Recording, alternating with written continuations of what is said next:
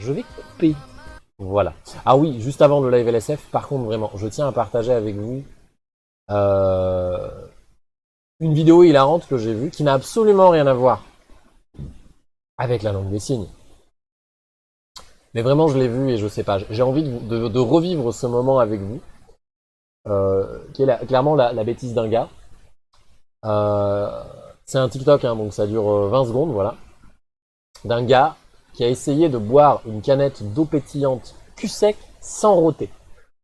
Donc vraiment, franchement, moi j'ai vu ça, je me suis dit, bah au pire, il va avoir super mal au ventre parce que ça fait plein de gaz d'un coup. C'est en général, quand tu bois ton verre, tu bois, tu rotes, tu bois, tu rotes. Et là, vraiment, c'est magnifique. Man might have the Star Wars Lego set Death Star, but can he chug a sparkling water and not burp?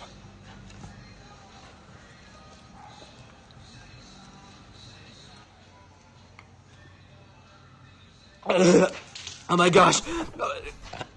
What do I do? Man might have the Star Wars. Voilà, pardon, c'était la petite parenthèse. Un peu débile, mais je trouve l'enchaînement assez... Je l'ai vu plusieurs fois, donc ça marche un peu moins bien, mais voilà. Sur ce, alors on va aller dans les signés. Bon, on va commencer par les trucs pas très cool, mais quand même importants.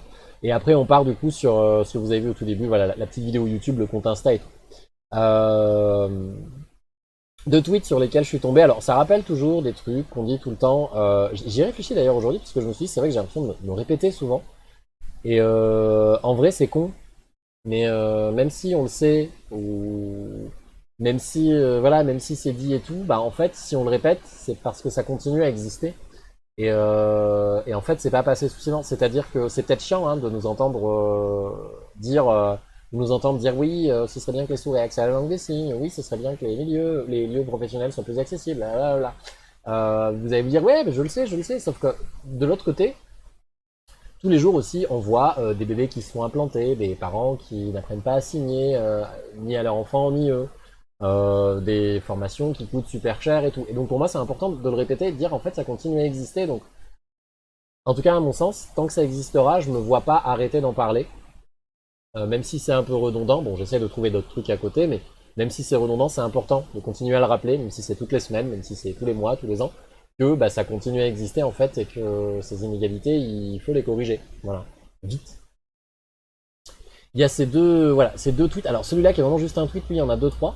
Donc une personne qui dit voilà, les parents d'enfants entendants, en gros, on les encourage à pratiquer la langue des signes avec leur bébé pour faciliter l'acquisition du langage avant ou de la langue du coup, avant qu'ils soient capables de parler. Donc on l'a déjà dit, hein, à partir de 6 mois, on peut commencer à montrer les premiers signes à bébé. Pardon. On peut commencer à communiquer en langue des signes avec bébé, etc. Et effectivement, avant qu'il développe le langage oral, donc vers un an et demi, les premiers mots, les premiers habillements, l'enfant peut communiquer en signant. Donc ce qui est vachement pratique, hein. On évite beaucoup de frustration, l'enfant est capable de former des phrases et tout, et puis bah quand il développera la langue, du coup, il peut associer les signes à la langue. Et on remarque d'ailleurs les tendances pour moi qui sont incroyables, puisqu'on a mes Pokémon préférés avec Yoshi, Geoffrin et Anne Hidalgo. Non, j'avais pas vu qu'il y avait Israël-Palestine, pardon. Je vais arrêter la blague. Bon, voilà. Donc en gros, voilà, les parents entendants, on leur dit, mais allez-y, faites du bébé signe, vous verrez, c'est trop bien, machin et tout. Ce qui n'est pas faux. Enfin, ça n'est pas faux. Hein, attention, c'est pas mal. D'accord? On n'est pas en train de dire, c'est mal de montrer de la langue des signes aux enfants. J'ai déjà développé le truc, je peux le redévelopper si jamais il y a besoin, parce que vous allez me dire, ouais, mais des fois tu dis que les entendants, ils n'ont pas à faire de bébé signe, machin. Voilà, là je parle vraiment du signe associé à la parole, qui n'est pas du bébé signe, donc des signes adaptés, des signes modifiés, des signes modulés, généralement faits par des personnes non formées, par des professionnels LSF, voilà, formés par des animateurs, animatrices bébé signes, qui font leur business. Moi aussi, hein, je peux être animateur bébé signe, il n'y a pas de problème. Je vais dans toutes les crèches du monde, je vous facture 200 balles de l'heure. Hein. Non, voilà. Donc il y a ça, et le truc c'est que du coup, les parents d'enfants sourds, donc souvent les parents entendants évidemment, parce que les parents sourds ils communiquent en langue des signes, les parents d'enfants sourds, de bébés sourds du coup, on essaye de les décourager d'apprendre la langue des signes à leurs enfants, et on les encourage à parler. Donc c'est un peu toujours le même truc, sous prétexte d'inclusivité, on va lui dire mais s'il parle pas, il sera exclu. Oui, enfin du coup s'il entend pas, il faut qu'il puisse comprendre les autres, donc En fait, on demande une quantité d'effort qui est incroyable à un enfant, qui est d'apprendre à parler, ce qui est beaucoup, d'apprendre à parler sans s'entendre, hein, évidemment, c'est plus compliqué. On passe chez un orthophoniste. Est-ce que vous, en tant qu'entendant, vous êtes déjà passé chez un orthophoniste, à moins d'avoir évidemment peut-être des troubles du langage? Ça arrive, hein. Voilà, tout le monde peut aller, il n'y a pas de honte à y aller, mais de manière générale, si on n'a pas de trouble du langage, on a une éducation oraliste et on apprend à parler avec papa-maman, on apprend avec les copains à l'école, ou papa et maman, bien sûr. Voilà, globalement, c'est assez simple. Donc voilà, on va dire, bah, il n'est pas inclus, et donc le gamin, il doit apprendre ça, plus apprendre de la lecture labiale qui est pas parfaite. En plus, il va se retrouver face à des gamins, donc des gamins qui articulent peut-être pas très bien, qui prononcent peut-être pas très bien aussi, c'est des enfants, hein, ils apprennent, enfin, c'est normal, hein. Tu vois un enfant grandir, et des fois ils ont hein, des mots un peu, voilà, c'est du babillage, c'est un peu voilà, c'est plus du langage que de la langue. Et c'est ça en fait le truc, c'est vraiment que le corps médical va vraiment, enfin, globalement, mais voilà, tout le monde va te dire il faut qu'il parle parce que ça va lui servir dans la vie et tout. Et alors que les autres ils sont là, genre, putain, je fais du bébé-signe, c'est trop bien. Et du coup, enfin, il y a ce contraste avec une accessibilité pour des livres de bébé-signe complètement pétés, ou même des livres de langue des signes pour les enfants avec de la vraie LSF, du vrai ASL, etc., qui sont pas super chers. Et qui sont accessibles, mais accessibles plus à des parents entendants, parce qu'il faut quand même avoir un certain niveau de français, que n'ont pas forcément les personnes sourdes, toutes. Et puis les parents, après, bah, ils connaissent pas forcément, puis ils savent pas vers qui se tourner, etc., etc., etc. Voilà. Parce que c'est beaucoup plus important d'apprendre une bonne langue des signes à une personne sourde. Si ça devient une personne sourde signante, il vaut mieux qu'elle signe correctement. Il n'y a pas une langue des signes parfaite, universelle, magique, mais c'est comme le français. Si vous apprenez le français sur le tas, il y a des chances que vous galériez un petit peu plus que quelqu'un qui est passé peut-être par une formation ou quoi. Donc voilà, petit tweet un peu, voilà. Et l'autre, donc de Dr. Laura Moulding, voilà, il y a un petit thread.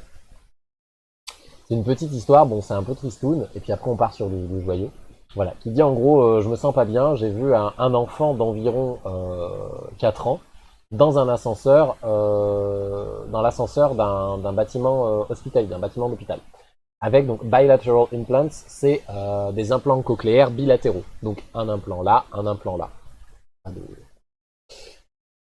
Il criait un petit peu, elle ressentait qu'il avait du coup des sentiments, des émotions. J'ai essayé de signer un petit peu avec lui, donc bonjour dodo, voilà. Non, pardon.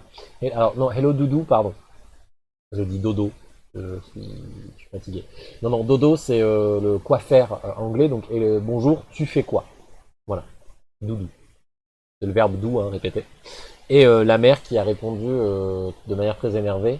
Euh, nous essayons de lui apprendre.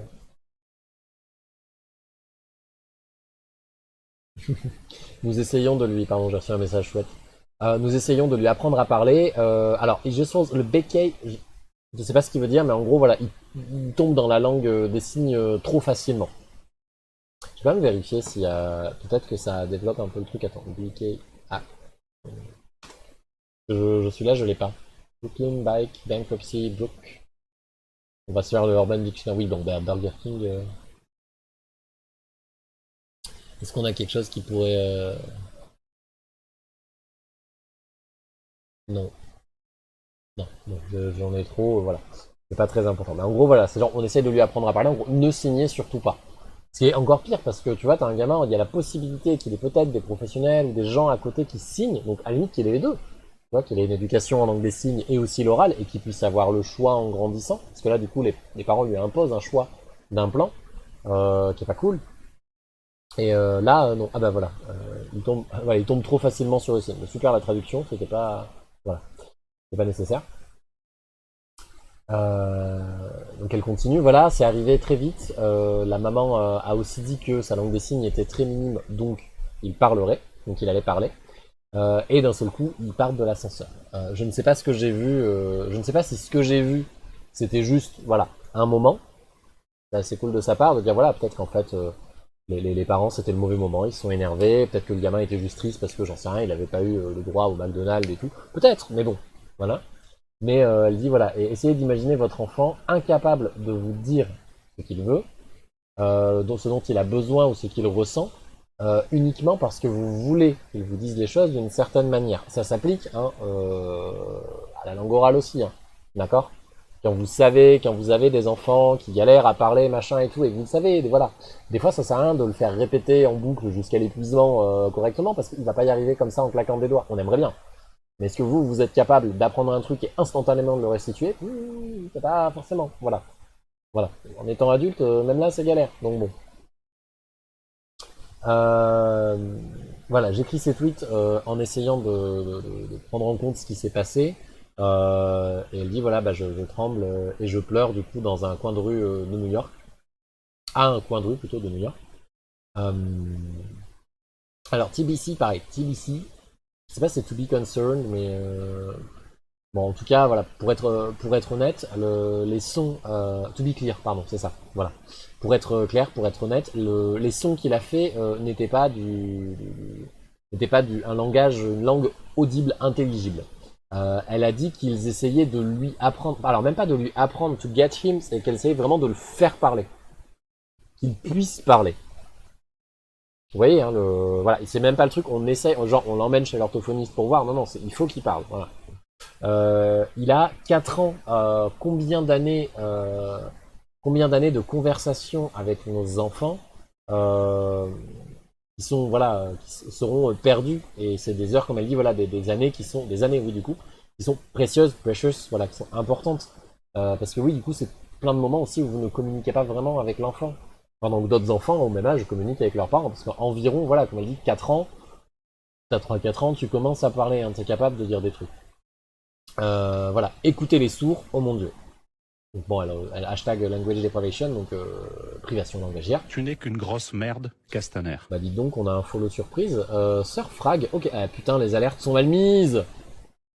Pardon, voilà, je m'énerve.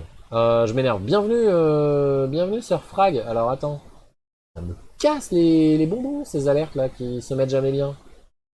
Excuse-moi, je m'énerve contre les alertes. Mais merci et bienvenue. Installe-toi. Installe-toi sur la chaîne, tranquille. T'as vu. Hop. Yo yo yo. Bienvenue, comment ça va? Alors, oui, donc elle disait, voilà, j'oublierai jamais son visage, voilà, donc en gros, le gamin s'est retourné en sortant de l'ascenseur pour la regarder, pendant que la maman, en gros, le traînait au loin.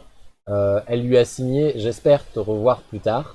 Il l'a regardé, elle n'est pas sûre qu'il l'ait compris, évidemment, mais il a continué à regarder pour un petit moment, puis les portes de l'ascenseur se sont fermées.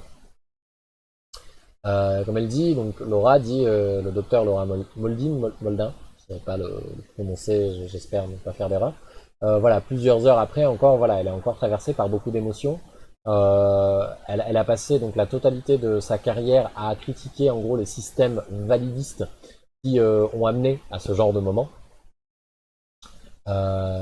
Elle a écrit aussi un livre sur du coup, donc alors là c'est les CIs, donc Cochlear Implants, donc les implants cochléaires et les enfants sourds. Elle a toujours essayé voilà, de ne pas attaquer directement les parents, parce qu'elle pense que les gens font ce qu'ils croient être bon.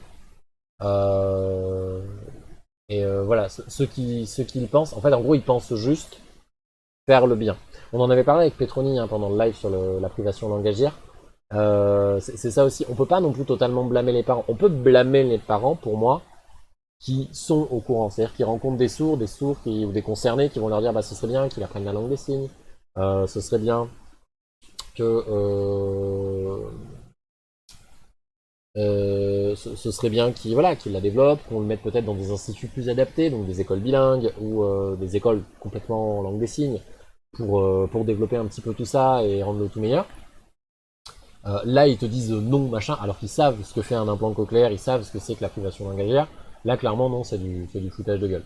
Mais là, effectivement, comme elle dit, si les parents savent pas, c'est difficile de les attaquer parce qu'ils vont juste se braquer, ils vont très mal le prendre, et du coup, tu leur fais comprendre aussi que pendant des années, ils se sont mal occupés de leur gosse.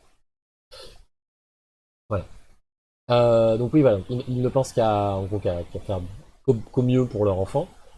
Mais c'était vraiment un moment cristallin, très clair. En gros, ce parent, donc là, elle parle de la maman. ce parent a tellement la culture de l'impératif thérapeutique, le besoin en fait de réparer. On le rappelle, hein, la surdité ne se répare pas, ne se soigne pas, c'est pas une maladie. Voilà. C'est considéré comme un handicap aujourd'hui dans la plupart des pays. Hein. En France, en tout cas, on a une reconnaissance. On peut avoir une RQTH. On peut être reconnu comme handicapé par la MDPH. On peut recevoir la H, etc. Vous me dites hein, s'il y a des sigles que je dois répéter ou que je dois expliquer. Et en gros, tout ce qu'elle a vu, voilà, à cause de ça, c'est que elle a vu qu'il y avait juste un enfant en détresse à cause de cette culture un petit peu voilà du soin, enfin, du soin entre guillemets.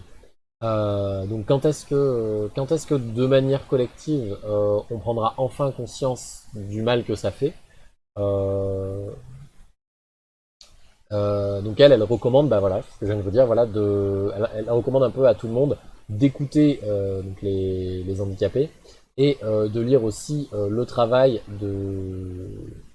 j'allais dire d'érudits, c'est pas exactement ça, c'est le mot très bon, d'érudits sourds, on va dire, et d'écouter aussi les personnes sourdes en général.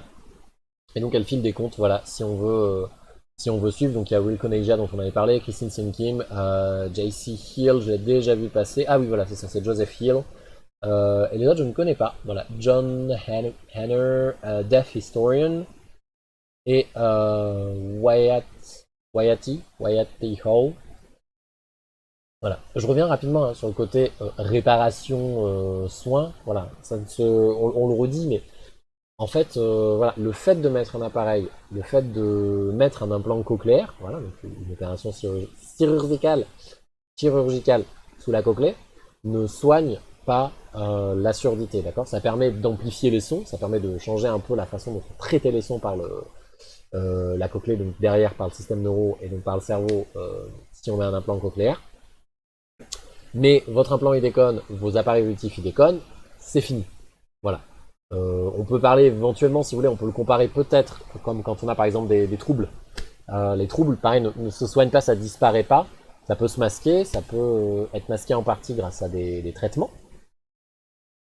Mais l'idée c'est que si le traitement s'arrête, en général, ça repète. C'est pas comme un petit rhume, vous prenez des médicaments, une fois que voilà, ça va aider à faire partir le rhume il est parti, c'est fini, on n'en parle plus. Vous ne gardez pas votre rhume à vie. C'est une maladie, c'est un virus. Bon bah ok, le Covid, bon, il y a aussi des cas pas terribles, mais voilà. La surdité, c'est pas un virus, quoi. Vous êtes sourd, ou sourde, du coup. Et il faut vraiment qu'on se sorte de la tête l'idée que les implants et les appareils vont les soigner et permettre d'entendre, surtout. Voilà. Les appareils amplifient les sons. Les appareils, vraiment, c'est des amplis. C'est comme si vous preniez, je sais pas, un petit espèce de haut-parleur, j'en sais rien. Voilà, vous prenez un micro, vous le mettez dans la forêt, vous le branchez sur votre casque, vous allez entendre tous les bruits de la nature, vous entendez pas normalement, parce que les sons sont plus forts dans votre casque. Voilà. Le bruit du vent, ce genre de choses. Alors c'est pas comparable, parce qu'évidemment le casque il sort un son traité aussi, etc. Mais globalement, c'est ça. Ah bah tiens, je viens de voir que j'ai le sub-goal qui est encore affiché n'importe comment là, ou c'est n'importe quoi. Je t'en fous de celui-là, ouais.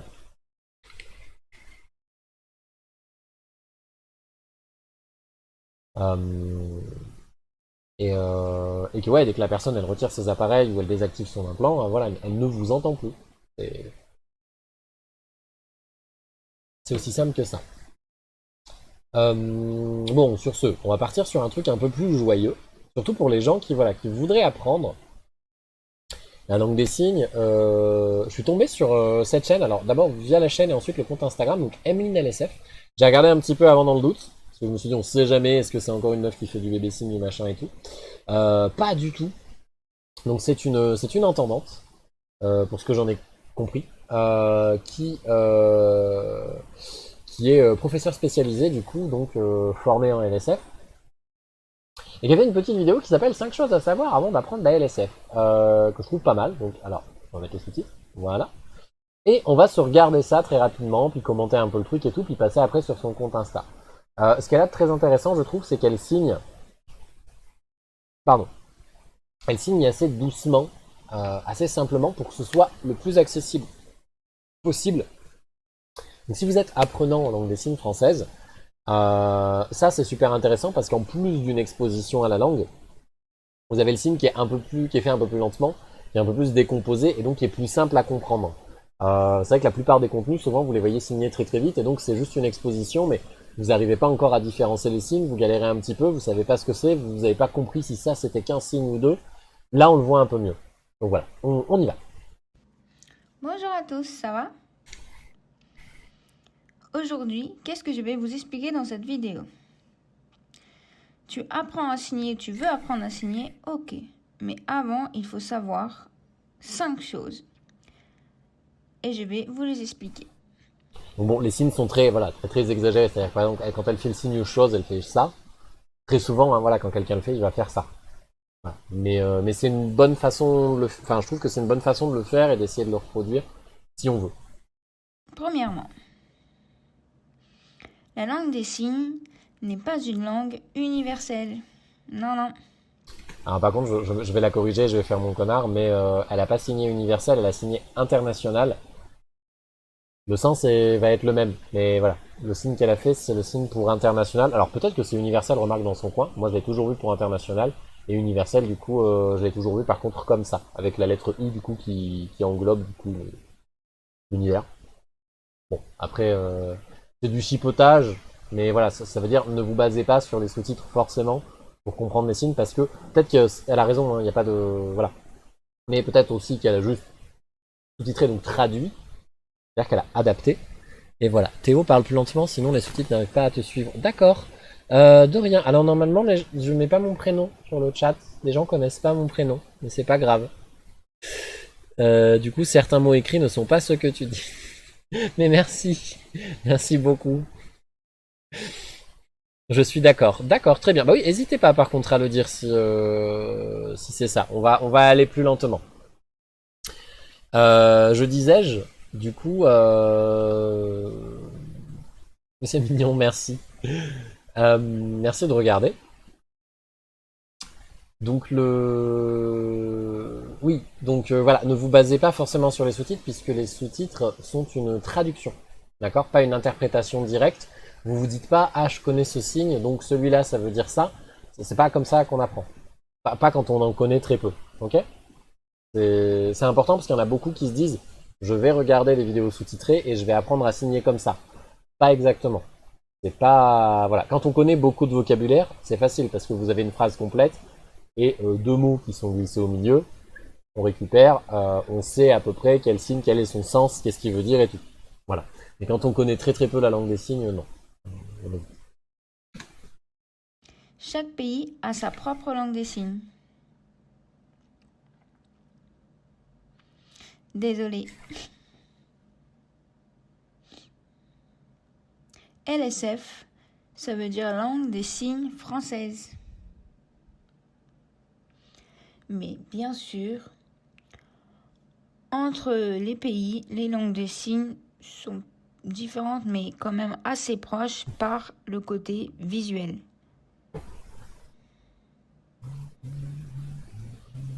Deuxièmement, Alors d'ailleurs, tiens, je rebondis parce que comme elle dit, c'est proche par le côté visuel. Je suis pas totalement d'accord avec cette affirmation. Alors oui, la langue des signes est une langue visuelle, ça je vais pas le nier, hein. Tout passe par l'œil, hein. Si vous fermez les yeux, vous, vous n'entendez rien, enfin, vous ne comprenez rien. Ceci étant, pour moi, ça laisse entendre que du coup, on fonctionne sur de l'iconicité, par exemple, pour certains signes. Ce qui est partiellement vrai, puisque l'iconicité est relative à chaque culture et chaque pays. Donc, un signe iconique dans un pays ne sera pas un signe iconique dans un autre pays. On a l'exemple tout bête, par exemple, mais ici en France, si on parle de football américain, on va signer donc football. Donc, le signe de football se fait comme en simulant le coup de pied dans une balle, et puis on signe américain derrière. Alors qu'aux États-Unis, le football américain, c'est ce signe-là. Chez nous, c'est le signe des frites. C'est ce signe-là. Pourquoi? Parce que le football américain, c'est une mêlée où les gens se percutent. Et bah, du coup, chez eux, c'est iconique d'avoir ça. Chez nous, on va juste traduire littéralement, en général, par football américain. Voilà. Donc, je suis quand même, voilà.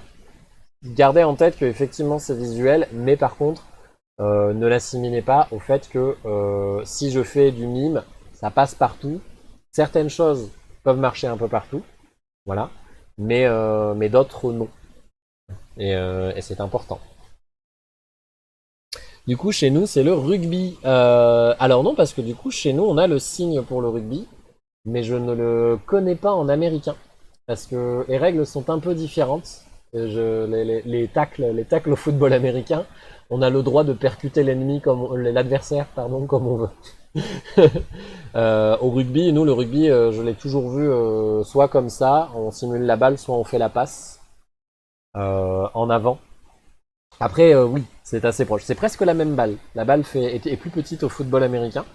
Et puis la culture du Super Bowl, la culture du football américain, je sais pas, je sais même pas si on a une grand-messe similaire. Mais oui, dans l'idée, c'est ça. Ah, attendez, par contre, je vais juste, j'en suis désolé, j'aurais dû le faire un peu plus tôt. Bon, tant pis, hein, plein de gens l'ont vu. Mais tac, tac. Voilà. Je supprime juste ton message à Miss 26 000. Ce n'est pas du tout contre toi, mais ça, du coup, je laisse pas forcément traîner mon prénom sur le chat ou sur Internet. En combien de temps? Alors, si tu veux, Sorfrag, je finis la vidéo, et puis après, on répond aux questions. Comme ça, on finit bien la vidéo et tout, et après la vidéo, je te réponds. Ça marche. Comme ça évite de faire trop de coupures et de trop dériver. Je viens d'expliquer que la langue des signes n'est pas universelle. Ok, tu as compris. Mais en plus, en France, il existe des variations régionales. Donc ça dépend où tu apprends la langue des signes. Il y a quelques différences. Ce qui est vrai. Tu n'as pas. Non, alors c'est pas grave. Ça dépend des gens. Ça dépend des gens, mais je ne donne plus mon prénom en ligne suite à des vagues de harcèlement que j'ai eu fut un temps. Donc voilà. Mais les gens savent d'où je viens. Donc tu as le droit de citer la ville si tu veux. Ce n'est pas grave. Il n'y a que des gens bienveillants dans ce chat, donc je ne m'inquiète pas non plus. Oui, donc il y a des variantes régionales. On peut comparer ça totalement aux accents et au vocabulaire spécifique. Bah justement, on va parler du sud. Moi, je viens du sud, je viens de Valence, dans la Drôme. Vous avez l'accent, par exemple, sur le O. Voilà. Chez nous, tous les O, qui a un accent, qui n'est pas d'accent, se disent O. Un peu, voilà, c'est rose, c'est la Drôme, c'est le même son. Les E, accent aigu, accent grave, accent circonflexe, AI, EI,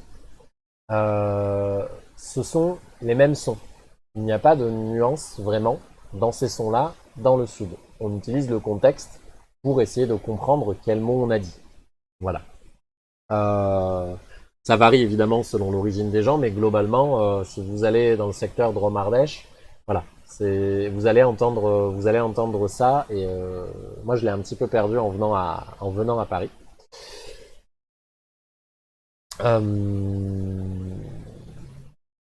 Et donc voilà, vous avez cet accent-là. Donc c'est aussi un peu les modulations dans les signes, dans les proformes et autres. On pourra en parler après d'ailleurs, hein, Surfrag, si tu as des questions. Enfin, ou les autres aussi, si vous avez des questions.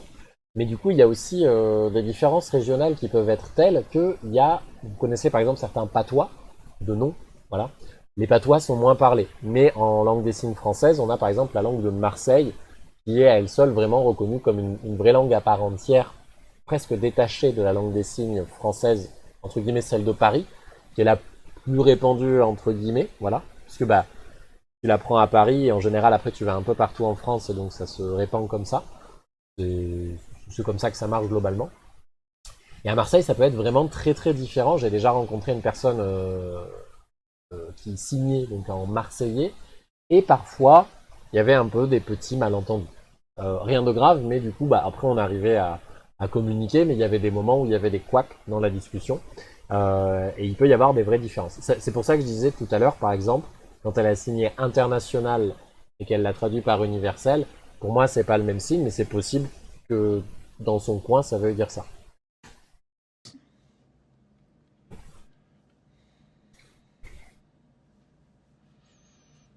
Ça veut dire dans le monde, il y a plusieurs langues des signes et en plus, dans chaque pays, il peut y avoir des variations de signes. Après, bien sûr, c'est pas non plus des signes complètement opposés, c'est des variations légères. C'est un peu faux ce qu'elle dit, pour l'avoir expérimenté du coup. Effectivement, il y a des signes qui sont proches. Je pense au mot éducateur. Ici à Paris, moi je l'ai toujours vu comme ça. Et qui dans le sud, à Marseille en tout cas, se fait plus comme ça, parce que c'est la lettre E, pour le E de éducateur. Parce qu'il est en gros au-dessus d'une personne, et puis nous on n'utilise que les 3 doigts, voire 2 doigts en fait même, parce que c'est 2 yeux qui surveillent de haut. C'est comme ça qu'on me l'a expliqué, du moins. Et moi ici par exemple, ça c'est un taxi. Parce que ça représente le dessus du taxi. Voilà. Donc ça, c'est une variation effectivement légère, c'est proche, on peut comprendre avec le contexte. Mais par exemple, vous avez, je sais, Mélanie l'avait dit, vous avez par exemple le mardi, nous on le fait aujourd'hui avec les lettres, dans la plupart des cas, donc le L de lundi, le A de mardi, le E de mercredi et ainsi de suite.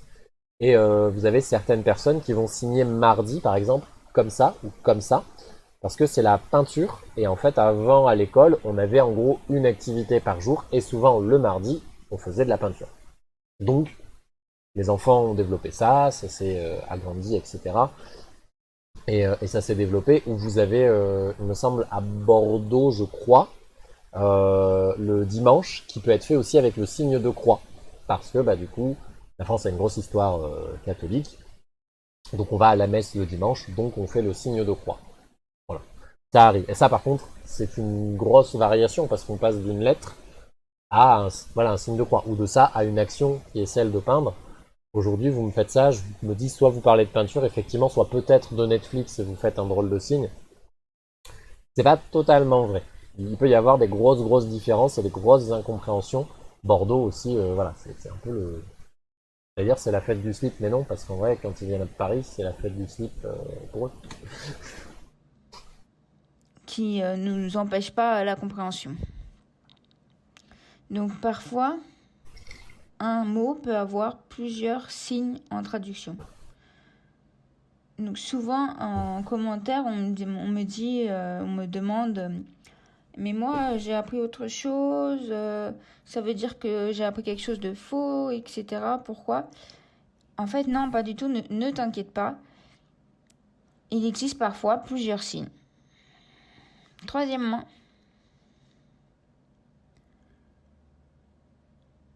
on signe en fonction de si on est droitier ou gaucher.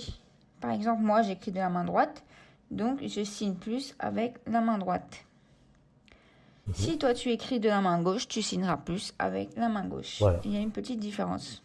On l'appelle souvent la main directrice ou directionnelle. Voilà, c'est la main principale. Tous les signes à une main se font avec votre main principale.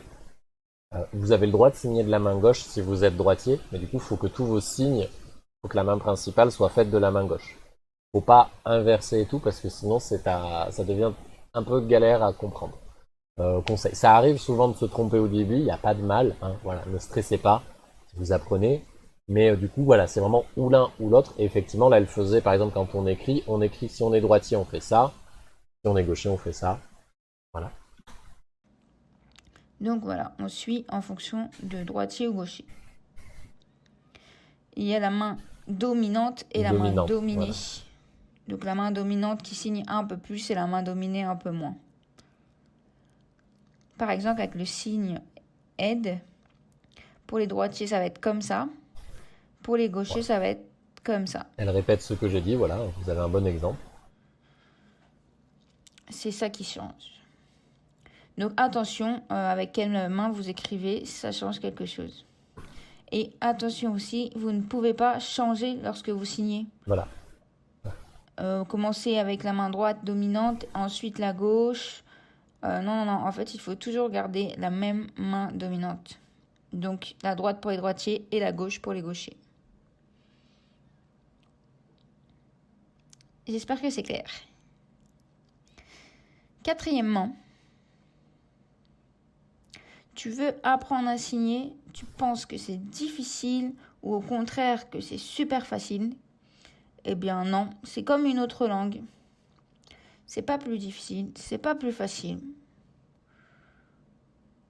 C'est comme une langue étrangère que tu apprends. Voilà, du coup, je vais pouvoir répondre à ta question, Sir Frag, ce qui est un peu lié à ça. Comme elle dit, effectivement, c'est une langue étrangère, donc ça va dépendre aussi de quel est votre âge, parce qu'en fonction de l'âge, on a une capacité d'apprentissage qui est différente, hein. Souvent, si vous démarrez ça plus vieux, ça peut être plus compliqué. Et par contre, si vous avez des facilités dans les langues, moi c'est mon cas, si vous parlez déjà d'autres langues étrangères, même si vous ne parlez pas la langue des signes, la maîtrise va pouvoir arriver plus rapidement. Moi, par exemple, en baignant dedans au travail avec une binôme sourde, euh, ça m'a pris vraiment 3 mois à partir du moment où je suis rentré au travail pour pouvoir communiquer correctement. Donc avoir un niveau équivalent au A1 presque, qui est vraiment le niveau de base en communication. Je savais compter, donner l'heure, me repérer, les couleurs, ce genre de choses. Euh, Maintenant, après, ce que tu as dit, Sir Frag, c'est en combien de temps on peut comprendre une personne sourde qui signe. En fait, ça c'est autre chose, parce que souvent les sourds et les sourdes euh, ont l'habitude de s'adapter aux entendants et aux entendantes, donc tu peux la comprendre instantanément, en supposant qu'il n'y ait que du signe, hein, parce qu'évidemment l'écrit existe, hein, on a les téléphones portables, éventuellement les bloc-notes si vraiment voilà, on veut écrire. Euh, ce genre de choses, les systèmes de sous-titrage direct aussi, on en avait parlé il y a longtemps, mais sur le téléphone, voilà, qui permet de sous-titrer ce qu'on dit en direct pour que la personne comprenne, etc. Donc elles ont beaucoup l'habitude de mimer, elles savent aussi, voilà, être sourd, ça veut pas dire qu'on ne sait pas parler, donc souvent le signe peut être accompagné par de la parole. Donc, en fait, pour moi, la réponse ce serait quasi instantanée. Voilà. C'est limité, c'est sûr. Tu n'as pas une expression parfaite, tu n'as pas une expression précise comme dans ta langue première, mais c'est très loin d'être impossible. Justement, c'est un peu un cliché, certains. Voilà.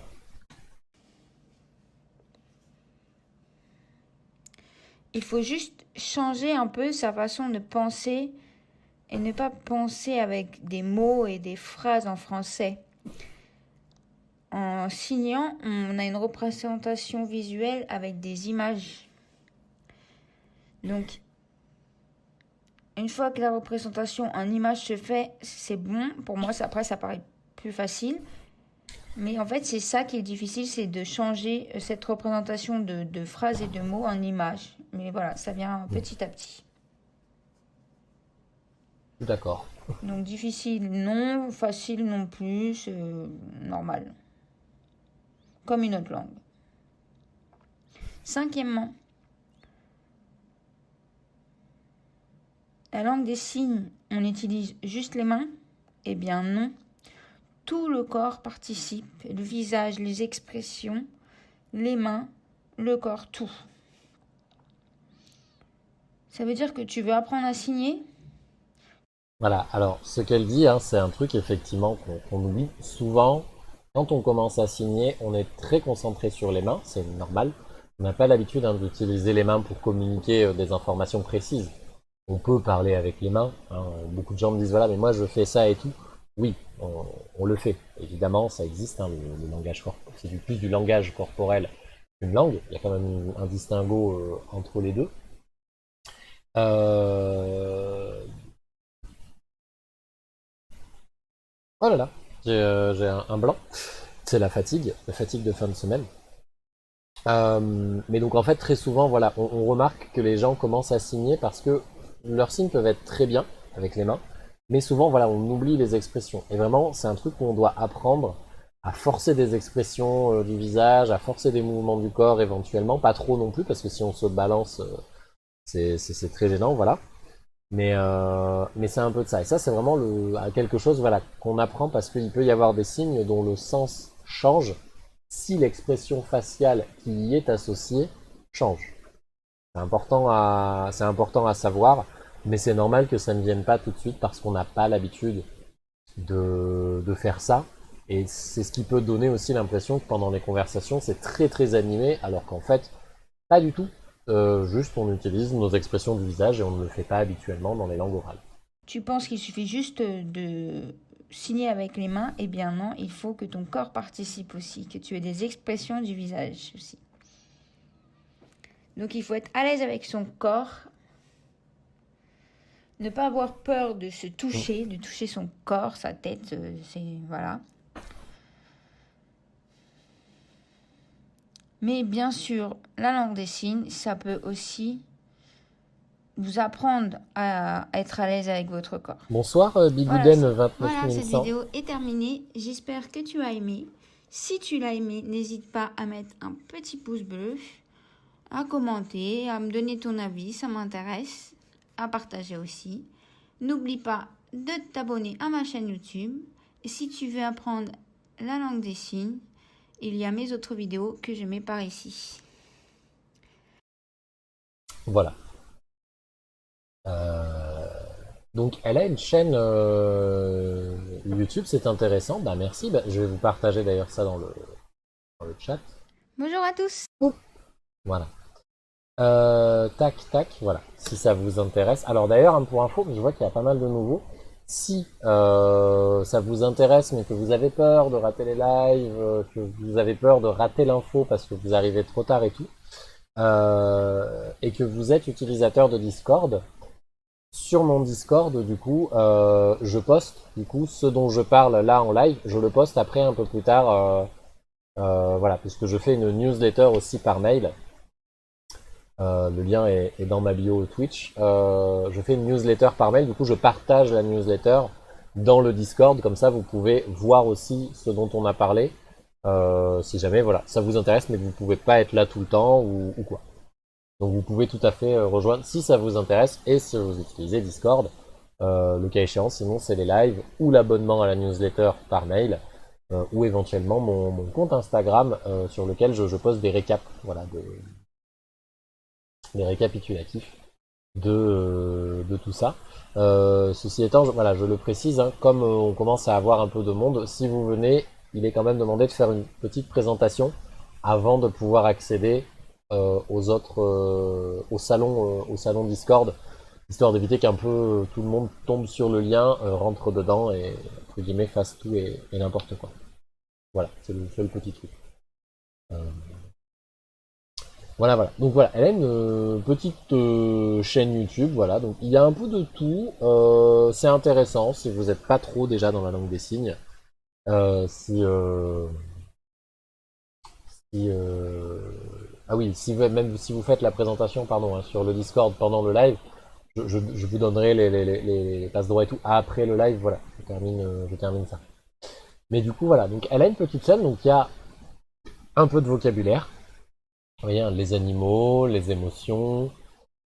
Excusez-moi, ça marche. Voilà, les métiers et tout. Ah bah voilà, je me posais la question tout à l'heure. Voilà, elle est sourde légère, malentendante du coup. Voilà, donc c'est des petites vidéos courtes, hein, vous voyez, pas plus de 10 minutes en général.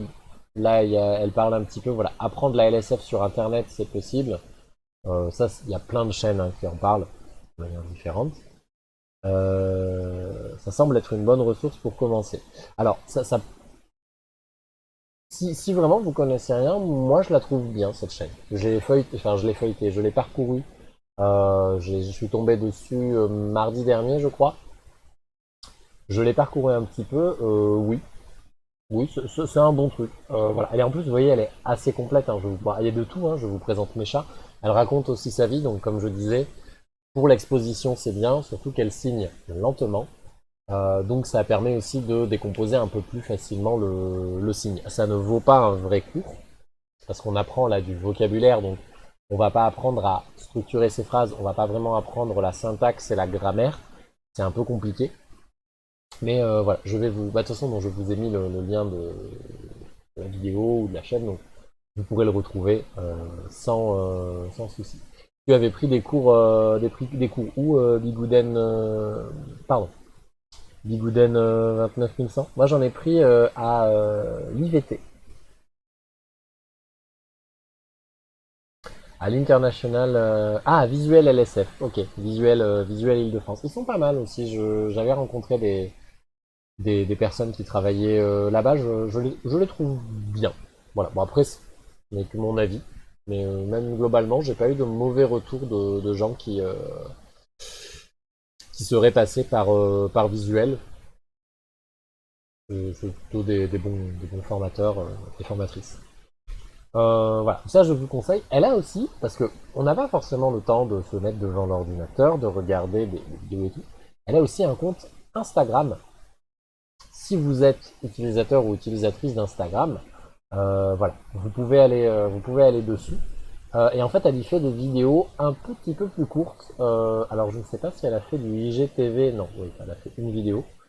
Je dois pouvoir me former sur Internet? Non. Alors, oui, oui, mais. Il y a un mais. Je finis la présentation du compte Instagram, je t'explique. Ah oui, à Paris, il y a très longtemps, Bigouden. Ah oui, bah après, oui, visuel, ils sont comme l'IVT, ils sont là. Je sais que l'IVT, ça fait... pouf, c'est Emmanuel Laborie qui l'a développé. Très belle personne, d'ailleurs, Emmanuel. Euh, un peu rigide quand elle veut, mais adorable. Bon, j'ai des anecdotes sur Emmanuel qui font rigoler, en vrai. Mais donc voilà, elle a un compte Instagram aussi, Emeline LSF, où voilà, elle vous partage, vous voyez, on prend une vidéo au hasard. Cette semaine, il fait très froid. Donc vous voyez, voilà. En fait, c'est du... J'ai arrêté à cause des fautes, de l'argent. Alors je ne comprends pas trop. Enfin, De l'argent qui Alors c'est peut-être les sous-titres hein, qui déconnent un petit peu, malheureusement. Mais donc oui, pardon, pour revenir là-dessus. Ah, je n'avais plus de sous-sous. Ah oui, bah, alors ça c'est vrai que j'en avais déjà parlé, mais les formations malheureusement coûtent très très cher et justement je vais rebondir dessus pour parler après de la question de ce que disait Surfrag. Mais voilà, là vous voyez par exemple, vous avez une phrase, cette semaine il fait très froid, il fait 0 degré, c'est des phrases de la vie quotidienne qu'on peut utiliser, qu'on peut un peu adapter et tout. Moi je trouve ça sympa, voilà ce qu'elle fait. Donc je recommande, je vais vous mettre aussi le lien là-dedans, dans le chat, voilà, pour parler de ça.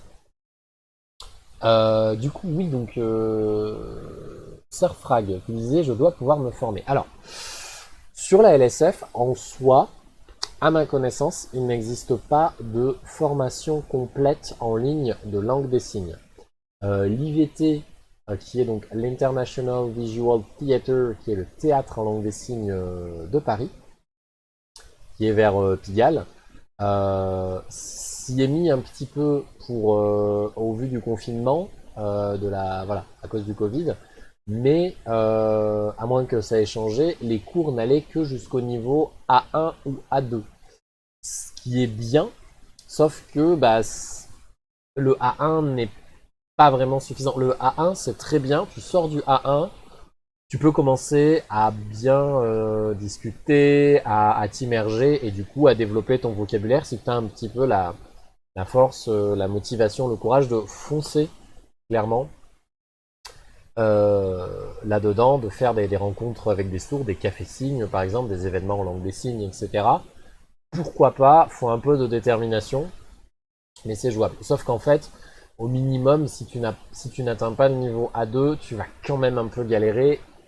Ça, c'est moins cool. Voilà. Enfin, moi, je trouve que c'est moins cool. Juste un A1, ça fatigue vite, tu perds vite le fil et tout, donc ça demande quand même du travail après. C'est très bien hein, d'avoir ce niveau, il n'y a pas de honte à rester au A1, mais ça peut être démotivant et je le comprends parce que voilà, tu vas pas plus loin. Donc non, il y a parfois des professeurs particuliers. C'est compliqué parce que bah voilà, déjà les formations de base, ça coûte cher, hein, comme dit Bigouden, elle n'avait plus de sous. Il ou elle, pardon, je ne sais pas trop comment je vous genre, vous me le dites hein, si je me trompe de pronom, ou si je vous genre mal, vous n'hésitez pas à me corriger. Euh, Ça, je suis en femme, ok, ça marche, elle, ok. Euh, enfin, il, elle, hein, bien sûr, voilà, on fait tout. Euh, Qu'est-ce que je disais Oui, voilà, c'est vrai qu'en fait, il faut, même quand on a un compte professionnel de formation, même quand on a des économies, IVT, pour avoir le niveau A1, c'est 4 semaines intensives de formation. Donc déjà, il faut pouvoir se libérer 4 semaines, soit d'affilée, soit sur une année. Hein. C'est parce que si vous le faites sur 2-3 ans, vous avez le temps de perdre en plein milieu. Si vous ne pratiquez pas du tout, vous allez perdre, enfin vous allez galérer. C'est faisable, hein, je comprends, hein, les situations financières, il y a aucun souci, mais voilà. Et donc, et donc le problème, c'est que ouais, IVT, je vais reprendre, hein, je vais reprendre leur grille tarifaire, mais on va regarder en formation IVT. Télécharger la brochure. Ah oui, alors attendez, je crois que c'est ça pour avoir les tarifs. Très joli, ils ont du très joli design, ceci dit. Ah, ça c'est mon professeur, ça c'est Frédéric. Voilà, donc là on l'a. Donc si vous n'avez pas de prise en charge, un stage de 2 semaines, par exemple, langue générale et professionnelle, 560 € tarif plein. Et 460 € tarif réduit si vous êtes handicapé ou demandeur d'emploi. Tiens, c'est Jean-Cédric, j'aime beaucoup aussi ce prof. Et 360 € tarif préférentiel parents d'enfants sourds de moins de 20 ans. Et avec une prise en charge, ça monte à 1240 €. C'est-à-dire que si vous utilisez votre compte professionnel de formation, donc une prise en charge, ou si votre employeur paye, le prix est plus du double du tarif plein. Les formations standards, alors attendez, je vais regarder les formations classiques A1, etc. On va les retrouver, non? On a le calendrier, alors attendez. C'est très très très très cher. Après IVT, on paye un peu le prestige IVT aussi, hein, mais ah ben regardez, c'est Emmanuel et Jennifer. Il y a Agnès qui est contente, qui reconnaît peut-être Agnès 26 000 Emmanuel Laborie. Je ne sais plus où elles sont. Formation linguistique. Ah voilà, A1, donc voilà, donc ils vont jusqu'au B2. Voilà, tarif plein pour une semaine de 30 heures, 280 €.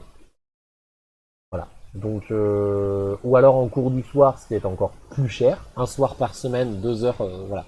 Vous faites 2 heures en gros pendant plus ou moins un an à 500 € tarif plein pour le A1.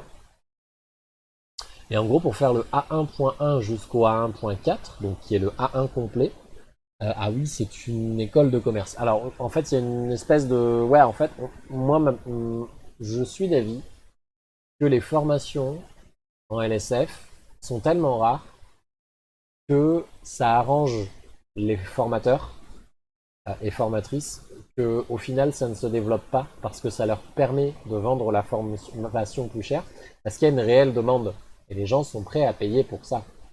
Donc ils montent les prix et ils savent qu'il y aura des gens. Les formations à IVT sont toujours complètes. Donc voilà. Mais vous voyez 280 € tarif plein, donc sur un mois de formation, ça vous fait 1120 €. En supposant que vous n'êtes pas pris en charge. Ah oui, voilà. Et là, si vous faites compte professionnel de formation, 450 € la semaine. Donc vous êtes à 1800 € pour un mois. Il y a 4 niveaux à passer. A1, A2, B1, B2. Et là, on parle de vocabulaire, de la vie quotidienne, assez générique et tout. Après, comme vous l'avez vu, il y a des formations spécialisées plus pour communiquer avec les enfants, pour parler de théâtre, pour avoir du vocabulaire professionnel, donc adapté à son métier, parce que vous n'apprendrez pas hein, le vocabulaire spécifique à votre corps de métier. C'est très peu probable. Voilà. Beaucoup d'interprètes, d'ailleurs, se spécialisent dans une branche. Vous avez des interprètes qui vont faire le médical, des interprètes qui font l'informatique, des interprètes qui font la biologie, etc. Donc ouais, c'est... Voilà. Moi, je pense que ça les arrange. Ils disent que ce serait bien qu'on parle plus la langue, qu'il y ait plus d'accessibilité. Ils font quand même des événements accessibles, des petites formations, des petits stages, mais c'est... Voilà. Et qui a les moyens non seulement d'être libre une semaine complète, parce qu'il faut pouvoir poser une semaine de congé, en fait, qui correspondent, Mais en plus de payer près de 1000 euros, enfin du coup donc c'est même un mois, voilà, un mois de congé, et de payer plus de 1000 euros pour gagner un niveau. Donc les 4 niveaux, vous atteignez presque 5000 euros. En supposant que vous payez le tarif plein sans aide. C'est énorme. Moi enfin, là j'ai 1000 euros sur mon compte, ils vont pas servir à une formation. Ils vont servir à payer des loyers d'appartement. Enfin voilà, euh, faut être honnête. Donc voilà. Et en fait, le problème, c'est que du coup, beaucoup de gens aussi s'engouffrent là-dedans. Parce que la langue des signes, c'est un vrai business. Après, moi, il n'y a aucun problème à ce que des gens puissent gagner leur vie en étant formateurs de langue des signes. Au contraire. Le truc qui se passe, souvent, et c'est ce qui, moi, m'énerve, c'est pour ça que j'essaie de vérifier un peu les trucs que je partage avant de les partager, c'est que, en gros, il y a des entendants qui vont apprendre un peu de langue des signes, qui vont acquérir un niveau OK, qui savent bien communiquer, qui connaissent un peu de vocabulaire spécifique, etc.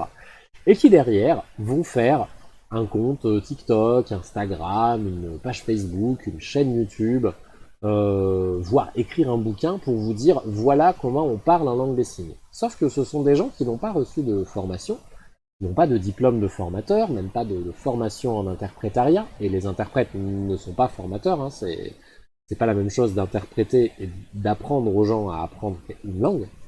Il y a de la pédagogie qu'on n'a pas forcément quand on est interprète. Et donc ces gens-là, bah, ils proposent leur contenu. Mais comme la langue des signes, c'est quelque chose d'encore très niche, on ne connaît pas vraiment la langue des signes. On a souvent plein de questions dessus, comme tu disais par exemple sur Frag, comment on fait pour comprendre et tout, une question qu'on ne se poserait pas forcément avec une personne qui ne parle que anglais par exemple, parce que l'anglais on connaît. Entendu, on l'a déjà vu, même si on n'est pas bilingue, on sait le reconnaître par exemple, enfin voilà. Et donc bah, les gens vont acheter les bouquins, les gens vont regarder les comptes Instagram, les gens vont s'abonner. Sauf que ces créateurs-là, très souvent, ils en ont un peu rien à foutre du côté culturel de la surdité, parce qu'il y a une vraie culture sourde, qui est, comme il y a une langue, il y a une culture, c'est lié, c'est forcément lié. Donc comme il y a une langue, il y a une culture, et donc euh, je me perds.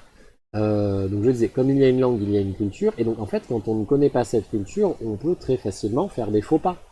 Et donc bah, les gens, ils vont juste vous vendre des livres de formation, vous expliquer une langue qui n'est pas la leur, qu'ils ne maîtrisent pas forcément, ils vont omettre volontairement plein de choses qui les arrangent, et moi je le dis très souvent, je pense que si je voulais faire partie de ces gens et faire un business juste en disant à des gens, je vous montre comment on signe, ça cartonnerait assez facilement parce qu'il y a encore beaucoup de demandes là-dessus et on peut s'engouffrer dedans.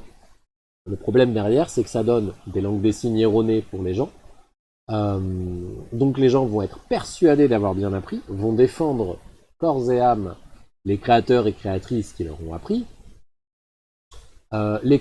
Ces mêmes créateurs et créatrices qui vont être là, genre mais non, je ne fais rien de mal, blablabla, blablabla. Et en fait, une fois qu'ils sont installés, c'est trop tard. Parce que t'as plein de gens qui sont persuadés que ce qu'ils font est bien. Alors que vraiment, moi, ça m'horripile ça. Et c'est ce que j'essaye de ne pas faire, justement, en disant, attention, moi, je peux montrer quelques signes par-ci par-là quand je les connais et tout, mais je ne donnerai jamais de cours à qui que ce soit. Et ça, je l'explique, hein, c'est comme ça. Je ne donnerai jamais de cours, c'est pas ma place, je suis entendant, je suis pas sourd, c'est pas ma langue. Je suis pas formé pour ça, je l'ai juste apprise au même titre que je ne serai pas formateur en anglais. Je parle anglais, mais c'est tout. Et voilà. Et en fait, ça participe du coup au fait que les formations restent chères parce que c'est quand même de la vraie langue, entre guillemets, plus de la vraie langue que ça. On a le bébé signe qui s'est énormément développé, mais qui est pas du tout de la langue des signes, qui est des signes transformés.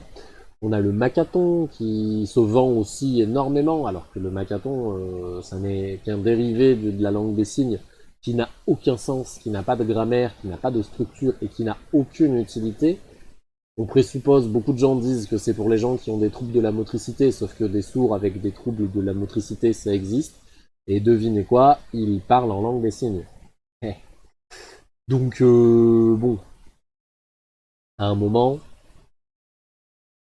euh, la malhonnêteté est présente. Et il faut l'arrêter. Donc moi, je me méfierais quand même. Voilà. Si tu cherches des formations en langue des signes, lance-toi d'abord voilà, cherche des comptes de personnes sourdes, discute avec des sourds si tu peux, échange, demande des conseils, voilà. Histoire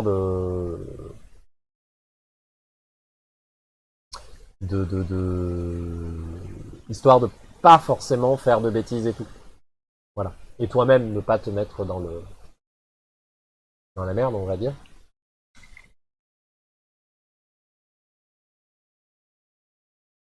Voilà.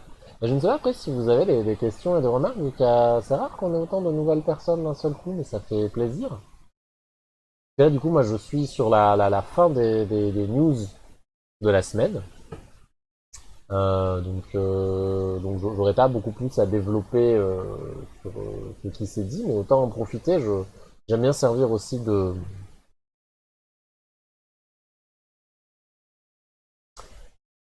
mur à, aux questions qui parfois sont blessantes, mais sourds ou pas. Donc ouais, si vous avez des questions, je sais pas, des remarques, si vous êtes curieux ou curieuse, pourquoi pas, voilà. Je suis là pour ça. Je suis là pour ça, mais n'hésitez pas à poser vos meilleures questions.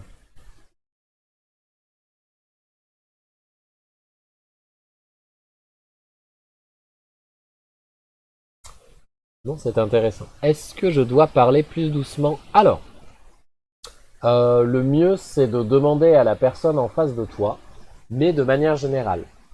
Ultra articulé et ne sert à rien.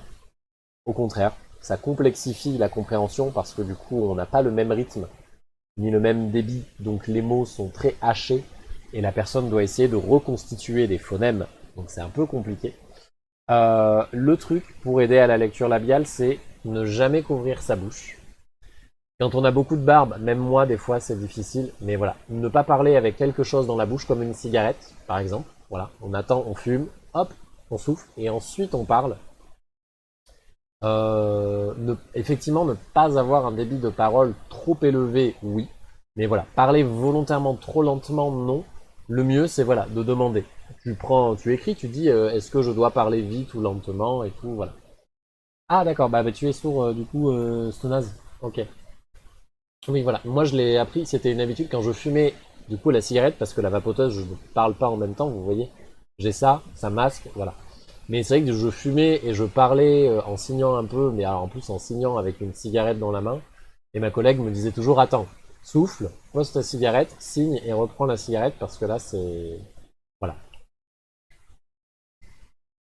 Toujours être bien face à la personne et s'assurer aussi qu'on est bien éclairé.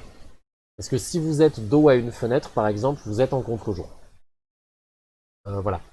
Donc assurez-vous d'être toujours face à la lumière aussi, pour que la personne en face puisse lire vos lèvres le mieux possible. Moi, c'est mes conseils et mon expérience qui, voilà, je vais dire ça.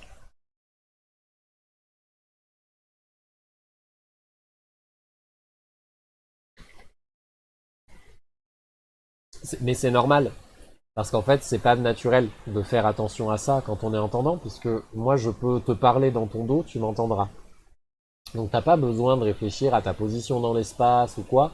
Tu sais juste que tu ne dois peut-être pas mâcher tes mots, mais c'est tout. Enfin, c'est des habitudes qu'on prend. Comme signer, en général, on ne signe pas quand on est à contre-jour parce qu'on ne voit pas les mains et on voit pas le visage. Mais moi, au début, je faisais l'erreur, hein. Je me mettais dos à la fenêtre sans faire exprès. Je répondais à une collègue parce que j'étais au bureau, voilà. Et ma collègue me disait non, non, mets-toi là parce que je ne comprends pas ce que tu dis. C'est voilà, c'est bien. Oui, moi, je trouve que c'est bien de vouloir comprendre. c'est bien de, voilà, de vouloir faire l'effort. Et je pense qu'il faut aussi être capable, quand voilà, un sourd ou une sourde nous dit, voilà, je comprends pas, tu parles trop vite, etc. Il y a un côté des fois très direct, de ne pas se vexer et de plutôt dire, ok, est-ce que tu peux m'expliquer, est-ce que tu peux me dire comment je peux faire pour que tu me comprennes mieux. Euh, c'est euh, c'est le minimum, on va dire. Voilà. Lire des livres là-dessus, moi, enfin, le classique que je recommande, hein, qui est le plus connu, je pense, peut-être, c'est Le Cri de la Mouette de Emmanuel Laborie, que je conseille. Moi, je l'ai lu, c'est le premier livre de littérature sourde que j'ai lu. Après, vous avez les livres de Daniel et Victor. Daniel ou Victor, je sais plus, de Abou, A-B-B-O-U. Il y a Nick Esco qui a fait aussi Le Bruit des gens, qui est une BD, voilà, où il parle de sa surdité et de la surdité en général. Ça c'est pas mal. Et de se dire qu'aussi des fois on peut poser des questions qui pour nous ne paraissent pas blessantes et qui peuvent l'être, et accepter aussi qu'on a pu blesser quelqu'un, s'excuser et dire voilà, bah désolé, est-ce que tu peux m'expliquer en quoi c'est blessant pour pas que je recommence et pas que je refasse autre chose. L'exemple typique, par exemple, c'est quelqu'un qui a des appareils, qui a un implant et qui peut arriver à comprendre ce que tu dis parce qu'il a une surdité légère, qui va te parler comme n'importe qui, ça n'entend pas, qu'il a pris des coups, ça ne s'entend pas, pardon, qu'il est allé chez l'orthophoniste, etc. Euh, et tu vas lui dire ah oui, mais en fait tu entends. Bah non, avoir un implant ne fait pas de toi un entendant. Tu peux entendre, hein, je l'ai dit en début de live et tout, mais tu n'entends pas les sons de la même manière. Nous, on n'imagine pas. C'est imaginer quelqu'un qui parle dans une boîte de conserve, une voix très robotique. Euh, voilà, hein, vous avez le truc. C'est voilà, ça c'est un exemple. Ou alors justement, tu es sourd mais tu parles. Oui, en fait, la surdité n'est pas liée au mutisme. Si vous êtes sourd ou sourde, c'est vos tympans, c'est votre cochlée, c'est voilà, c'est les oreilles qui déconnent, c'est pas les cordes vocales. Le fait de dire encore, certaines personnes disent encore sourd-muet, on ne le dit pas, voilà, on dit sourd, sourd ou muet. Voilà, les sourds-muets, évidemment qu'il y en a qui existent, bien sûr, mais c'est une très faible partie de la population. Et en général, quand on évoque, il vaut mieux parler de sourds ou de muets, ou alors de dire les sourds, les muets et les sourds-muets. Et là, tu es sûr de vexer personne et d'inclure tout le monde, parce que les sourds ne sont, voilà, ne sont pas muets. Ils peuvent émettre des sons, ils peuvent parler très bien, comme toi et moi. C'est de l'orthophonie, c'est du travail de perroquet, c'est de la répétition, c'est compliqué, c'est sûr. C'est pas le même apprentissage que nous entendants, mais c'est possible. C'est vraiment comme si, voilà, si toi tu mets tes mains sur tes oreilles, tu peux toujours parler, même si tu n'entends plus rien. C'est pareil. Mais on n'y pense pas, hein. Voilà. Et on a d'ailleurs des reliques, hein. Si vous allez à l'Institut National des Jeunes Sourds de Paris, il y a une statue de l'abbé de l'Épée et il est gravé sur le côté, on le voit à 2 ou 3 reprises, les mots sourd-muet, parce qu'à l'époque, on disait sourd-muet, et la gravure n'a jamais été refaite. Voilà. Quand j'ai rencontré une sourde qui parle... Oui, ça m'est arrivé aussi, hein, t'inquiète pas. Hein. Voilà, une personne qui parlait et qui me disait j'ai besoin que tu signes, et j'ai fait ah, et tu mets 2 secondes et tu fais ah oui, d'accord, tu signes parce que blablabla. Ça après, c'est pas grave, parce que la personne n'a pas non plus besoin de s'outer, d'arriver et de dire bonjour, je suis sourd ou sourde. Elle n'a pas besoin de faire ça. Elle en a besoin que s'il y a une communication à un moment oral qui arrive ou quoi, que s'il y a un problème de communication. En soi, les personnes ne sont pas obligées de dire qu'elles sont sourdes. Après, souvent, tu le déduis. Moi, je sais que j'ai des amis sourds et sourdes, et quand des fois, je les vois à des événements avec d'autres amis, souvent, la question arrive de dire, mais du coup, est-ce que c'est un ami sourd ou pas? Parce que tout le monde signe. Donc, en fait, t'as aucune idée de si les gens sont sourds ou pas. Et moi, mes copains, mes amis à moi ne signent pas tous et toutes. Donc, ils arrivent et ils disent juste, bah, est-ce qu'il est sourd ou pas? Est-ce que je vais devoir m'adapter? La question, c'est plus, du coup, est-ce que je vais devoir m'adapter? Ça me pose pas de souci, mais juste, tant qu'à faire, on y va. On signe, on mime, on pointe, on machin, et on s'embête pas à...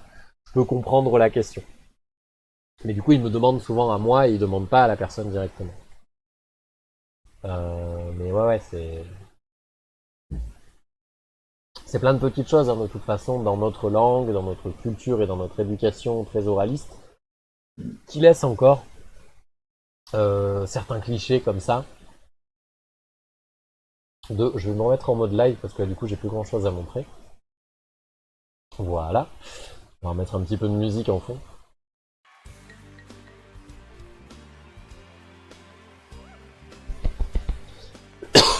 Pardon. Ah la vache. Mais voilà, de parler quand on parle de langage des signes, alors que non, c'est la langue des signes. Quand on parle de voilà, de sourds, muets, etc. Quand on force les implants sur les enfants ou les appareils, ça perpétue tout ça. Donc en fait, c'est normal qu'on ait encore ça qui soit très ancré, ces questions qui sont là et ces clichés qui perdurent. Si on ne s'y intéresse pas, en vrai, on ne le saura jamais.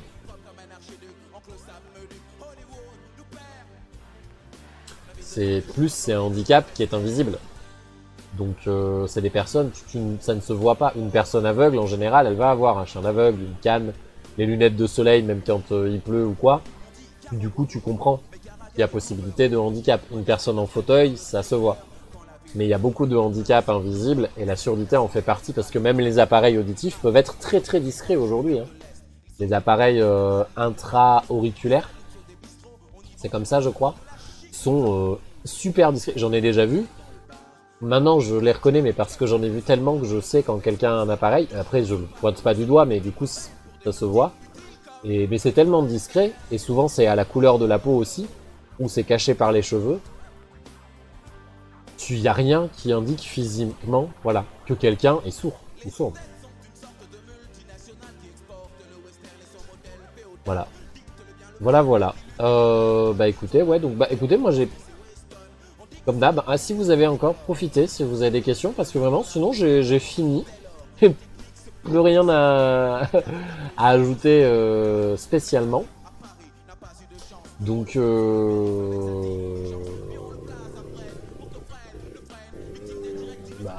écoutez, voilà.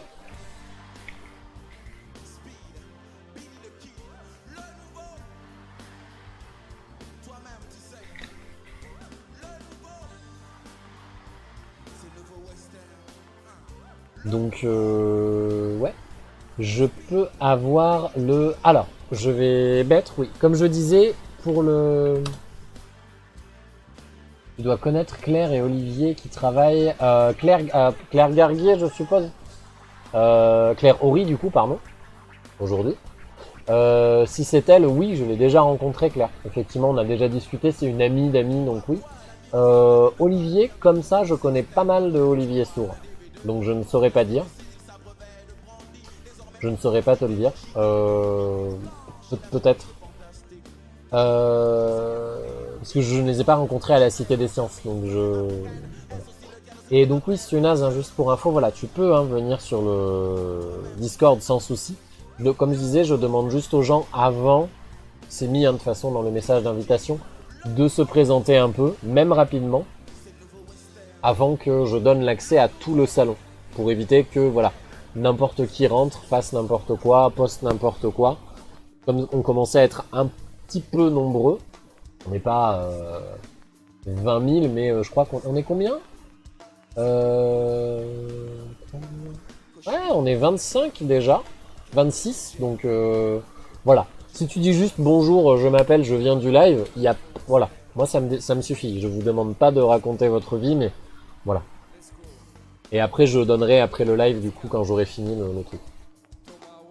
Mais je pense, je te ferai... Oui, après, voilà. Faites votre présentation, évidemment, quand vous voulez. Moi, j'ai la notif.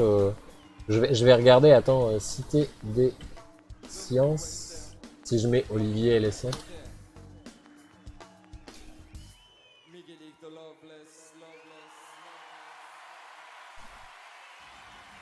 Si, oui, je vois qui c'est.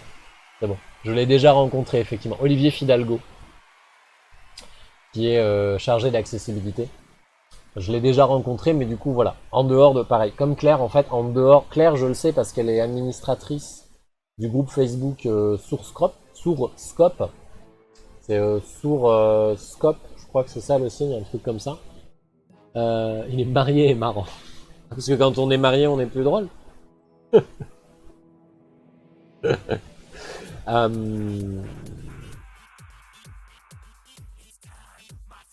Eric, ça me dit quelque chose aussi, mais pareil, des Eric, j'en connais 2-3. Mais bon, enfin voilà. Moi, c'est vrai que si je rencontre ces gens plus en dehors, voilà, aux Journées mondiales des sourds, aux manifestations des sourds en colère où je vais souvent. Enfin, pas l'année dernière du coup. Voilà, à des trucs comme ça. Mais au Café Cygne ou à d'autres événements aussi, Pissour, pas bisous, Pissour, typique des sourds. Il comprend pas. Typique des sourds, voilà. Il a pas envie de sous-titrer, tant pis. Voilà. Mais ouais, non, oui. Après, après aussi la communauté au final c'est un petit monde. J'ai rencontré aussi des sourds étrangers, hein, des sourds d'Espagne, des sourds d'Australie. Voilà, j'ai vu des sourds bretons aussi quand il y avait eu la Pride. Il y a aussi le festival des sourds, tout à fait. Et il y a aussi Clin d'œil à Reims qui devait se dérouler à Washington l'année dernière du coup. Maintenant c'est 1 an sur 2, il y a une année à Reims en France, qui est le festival des sourds et que justement j'espère pouvoir faire cette année.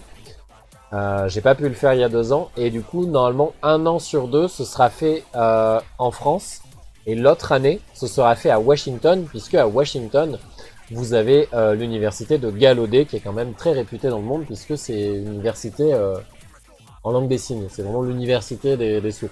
Tout le monde peut y accéder mais tout le monde signe là-bas. Et tu peux faire d'assez hautes études dans plein de domaines en langue des signes. C'est quelque chose qu'on n'a pas en France. On n'a pas d'équivalent similaire en France.